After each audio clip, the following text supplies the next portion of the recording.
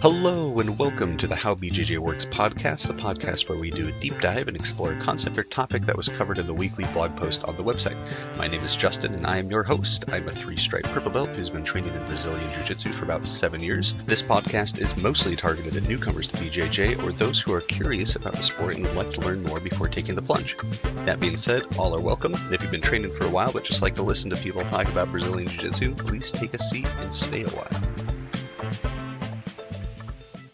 Today's podcast is going to be on BJJ matches. Recently had some good questions regarding how do you start a match, what's the expectation, how hard should I be going, what's the difference between rolling, sparring, and a match. We're going to cover all those things. But before we get started, I wanted to let you all know that I just got accepted as an affiliate for the MMA Warehouse site. So I'm pretty excited about that, and I'm going to have a new section on the website soon called Shop or Gear or something like that. Of course, we're going to have gis and all that good stuff.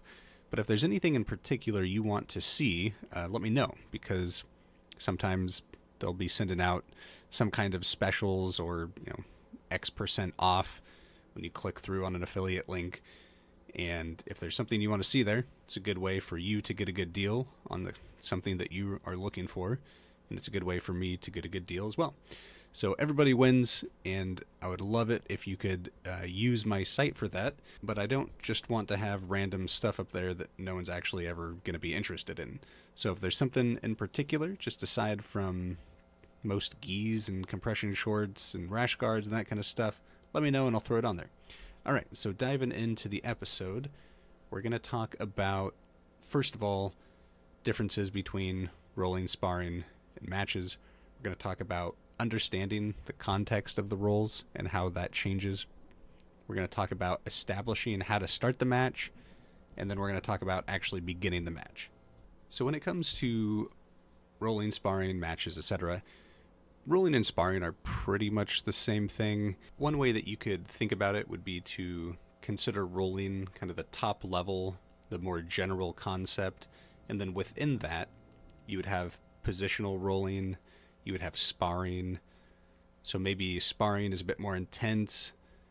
You're going with more intensity, more resistance. Positional rolling may or may not be, depends on what you communicate, what the coach wants you to work on, but you would just be within a specific position. You wouldn't be necessarily looking for submissions, although you might be as well. And then match, some kind of competition match, something like that within the gym or within a competition or a tournament. That would then be kind of another subset of that. Generally going to be more intense, more resistance. Something's probably on the line. Depending on the rule set, there may or may not be certain things allowed, but each one kind of falls within that rolling context. One thing to note is that this is just the way that I kind of think about it in my head, of that hierarchy, and the kind of rolling being the umbrella term and everything kind of falling within that. Other people are going to have different ideas on what these things mean, and this should be a very good takeaway for you that can apply to pretty much any level of grappler, is that you should always communicate and make sure everyone is always on the same page. So if you're rolling with someone that you've never rolled before, maybe, just set a few ground rules or kind of just confirm the ground rules, right? If you hop on Reddit, you'll see story after story of people talking about getting injured, or they went with some spazzy guy, he was going way too hard, it was really awkward, they didn't know what was going on. The first thing you should probably do is just, how hard do you want to go? You're going to have some context clues, and we're going to get into that. But if you're in a sparring section of the class structure, then you're probably going to go harder than if you're maybe working on a positional role as part of maybe the drilling section of the class structure. So each one of these things is going to have a different kind of default intensity based on the gym you're at. That's going to differ from gym to gym. So part of it is kind of know your surroundings, know the people you're rolling with, know how hard you should be going. But if there's ever any kind of uncertainty, then you should be clarifying. You should be asking the instructor, or you should be asking your training partner. You should be figuring it out. And if you're going to be working on something outside of the default, outside of the norm, then you should be communicating that as well.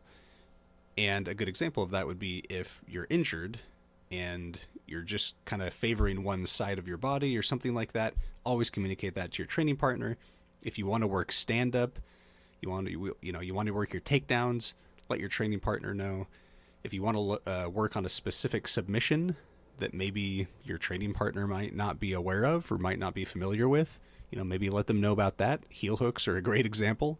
There's a lot of gyms out there that don't want white belts training heel hooks. It differs from gym to gym, but you don't just want to slap on a heel hook without kind of talking about that first, especially if you're at an open mat or dropping in at a new gym, or just with a training partner that you've never done heel hooks with before. So those are all different examples of kind of what we're talking about. And I think that's a really good lead-in for that, understanding the context of the role. And I'm going to break it down into 4 different parts here. So you essentially have your new training partners, somebody you've never trained with before. In the example we just used, maybe you're at an open mat, maybe you're at a new gym, whatever the case is. If you've never trained with this person before, probably going to want to be very communicative with this person, just so that everyone's on the same page. The second type of training partner would be a regular training partner. So maybe you have a home gym you've been going to for some time, you see the same people every night or every week, or however often you're able to go, and you've rolled with these people before over and over again. You're very familiar with each other's games. You know how comfortable you can be with each other in terms of going for specific submissions or going at certain intensities. Usually over time, these regular training partners, you can kind of ramp up the intensity and still be safe in those training environments. Third type would be competition training partners. So these are your regular training partners, but they're people who you are so comfortable with that you go a very high level of intensity and you can keep each other safe and you trust each other even when competing or even when preparing for competitions. They allow you to work on and mimic the intensity and the insanity that is a competition match, but also while keeping it as safe as possible. These are very valuable training partners. And then the fourth would be your competition match opponents. So these are actually going to be the people that aren't necessarily your training partners in the traditional sense. You're not really having a partnership that you regularly see each other, but they are still kind of your training partners because you're going to be learning a lot from these people that you compete against. And if you are a regular competitor in the local scene, then you're probably going to be competing against the same people repeatedly, for better or for worse. But you're probably going to be approaching each of these roles, each of these sparring sessions, these matches, with each of these 4 different types of training partners a little bit differently. So again, you've got the new, the regular, competition training partners, and then the competition match opponents. Some tips on how to know how to roll against each of these people. As a baseline, you can kind of assume that if the person is bigger than you, you should be probably giving more pressure. If the person is smaller, you should be giving less pressure. If the person is more experienced, then you should be bringing your A game. And if the person is less experienced, then you should probably be working on not your A game, your B game or C game, the techniques that you're not quite as good at. Of course, during a competition setting, you're going to be ramping up the intensity. You're going to be looking to win. You're not worried about this person's safety. That's the ref's job. So there's a lot that goes into the context of each role and kind of what determines the intensity, what determines what submissions you're going to be going for, what positions you're going to be playing. There's so many different variables that can be considered here, but we're going to keep this episode pretty high level, and so we're going to move on to the next section, which is establishing how to start the match. So again, depending on the context, you're going to have some kind of basic default ways this will happen. If you're just at your gym or an open mat, or during sparring, or just doing some rolls with some friends, you're going to probably either be starting from standing on the knees, or one or both of you will be sitting down. If it's a casual context, then it doesn't really matter, just kind of whatever each person wants to do.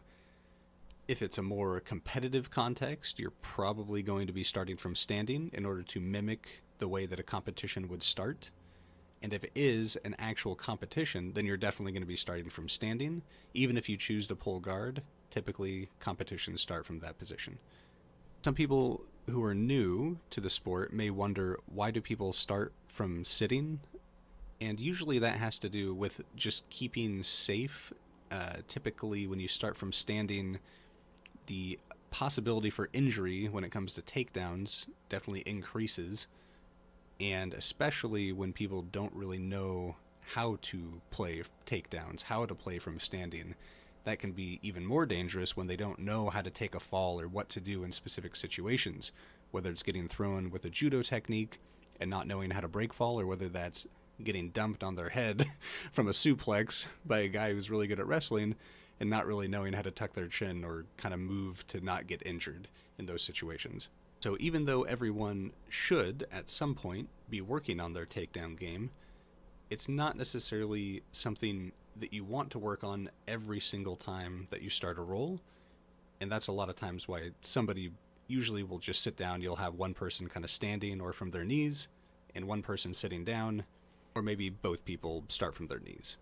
Additionally, you can kind of work on your takedowns to a certain extent when both players are starting from their knees. You can kind of mimic some of the tie-ups, some of the knee taps, the ankle picks, some of those movement, the push and pull, the arm drags. You can kind of mimic some of that stuff that you might do from actual standing when both players are on their knees, and it's a little more safe. And so you can get some of those concepts, the grip breaks, all that stuff. You can kind of work on those things on your knees, but if somebody does get, thrown or taken down, you're falling less distance, and so it's going to be a bit safer way to practice that, especially for people who aren't as familiar with the takedown game.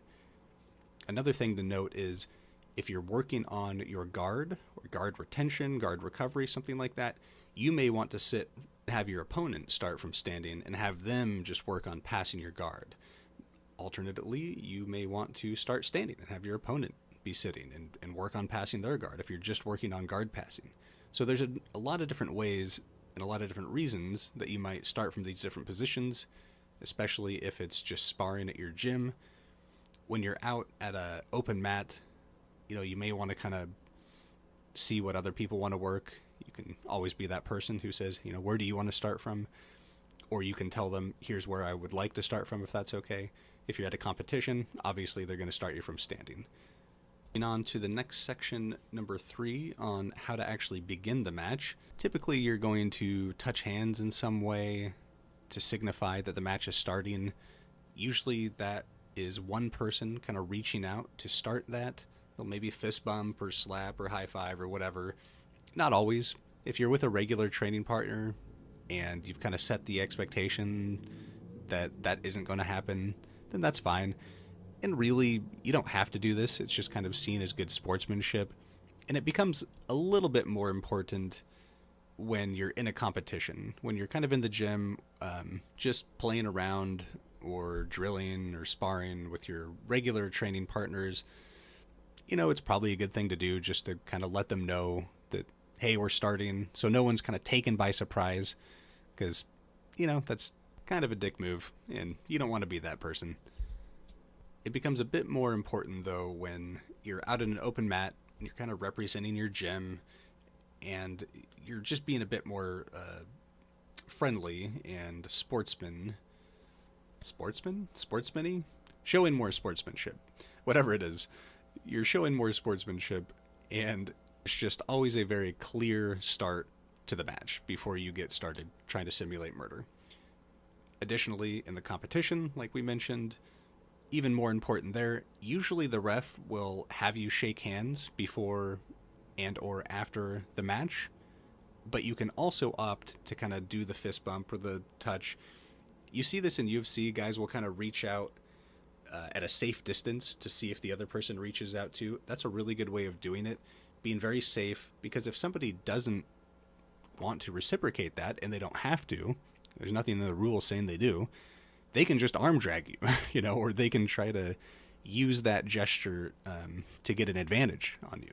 So even when you are being the sportsman and you are showing that good sportsmanship, always be aware of the fact that not everybody may want to do that as well. So always keep yourself safe, always expect the worst, but hope for the best, and just don't be a dick out there, okay? Be a good person. So that pretty much wraps up what I wanted to talk about today regarding matches, rolling, and sparring. But I wanted to provide a little bonus info since we were talking about competition here at the last part. And what I wanted to talk about was some of the etiquette that goes into competing. Now, this stuff isn't 100% necessary, but it will reflect really good on you and your gym, and it'll show that you have good sportsmanship and that you're following a lot of the kind of mat etiquette in competitions, if that's your thing. So the first thing you should do, once you know that it's your turn to step out onto the mat and have your match, the first thing you should do is be at the edge of the mat and be looking towards the ref. They will generally indicate, using hand motion of some kind, for you to step out. Now, maybe at a kind of less traditional or less organized tournament, this may not always be the case, and so just kind of be looking for the cues. If they aren't making that motion and they're just kind of looking at you expectantly, then maybe that's your cue to step on the mat as well. At this point, you're going to bow generally to the ref, and before you step onto the mat, and then you're going to walk towards the ref, and usually you're going to move to the place where he indicates you. Typically, he's going to have one person on one side of him and one on the other. You may even be given something to wear to signify a way to differentiate you two for points. And it might be a different colored belt. It might be something to wear in your ankle. Whatever it is, you'll put it on at that point, and then they'll probably position you to either side. And you'll just pay attention to which side they want you to stand on. It's also possible that you were given that thing to wear to differentiate you before you went out onto the mat. If that's the case, then you'll just walk out onto the mat, shake hands with the ref, and then walk to that point that he's positioning you to. Usually at that point, you will reach out and shake hands with your opponent. The ref will typically ask you to do so, or give you the option. And then they're going to have you step away from each other and start the match, usually with a hand signal and by saying something like fight or wrestle or start or whatever. At that point, you would then have the option to reach out and touch hands if you wanted to do so. Remember, stay safe. Don't let the person get an advantage on you by overextending or waiting for them to bump hands or touch hands in some way if they're clearly not going to. And then once you have done so, immediately bring that arm back and start the match. Start looking for your grips, start looking to take that angle, start looking for the takedown or pull guard or sit down or whatever it is you like to do. And then once the match is over, then you are generally going to be brought back to the ref, and he's going to place you in that same way you were standing before when you first started.